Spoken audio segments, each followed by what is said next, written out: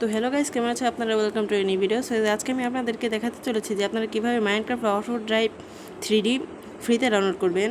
তো guys, already আমি এর আগে এরকম একটি ভিডিও ইউটিউবে আপলোড করেছিলাম, কিন্তু সেটি ইউটিউব নষ্ট করে দিয়েছে, বলেছে সেটি বলে তাদের প্রাইভেসির ক্ষতি করে, সেজন্য এরকম ভিডিও ছাড়তে মানা করেছে। কিন্তু যেহেতু আমি বলেছিলাম যে আমি এরকম একটি ভিডিও আপলোড করব, তাই আজকে আমি আপলোড করছি।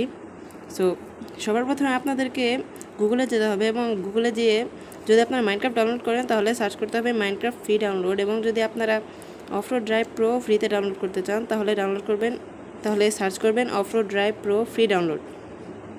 এরপর গাইজ আপনাদের সামনে বিভিন্ন ধরনের ওয়েবসাইট চলে আসবে, তার মধ্যে থেকে একটি ওয়েবসাইটে ক্লিক করবেন এবং ক্লিক করে যে করে ডাউনলোডের অপশন আসবে সে করে ডাউনলোডের অপশনে ক্লিক করে দেবেন।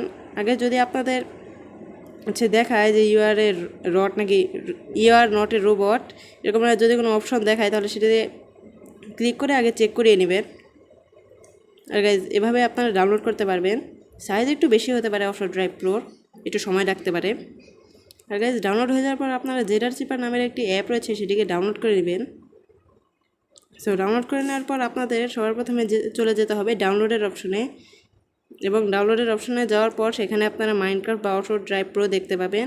সেখান থেকে আপনারা সেটিকে ইনস্টল করে নিতে পারেন। আগে যদি আপনাদের ফোনে জেডার চিপার অ্যাপটি না থাকে তাহলে আপনারা মাই ফাইলস অ্যাপ থেকে বা ফাইলস অ্যাপ থেকে সেটিকে ডাউনলোড করে নিতে পারেন একদম ইজিলি।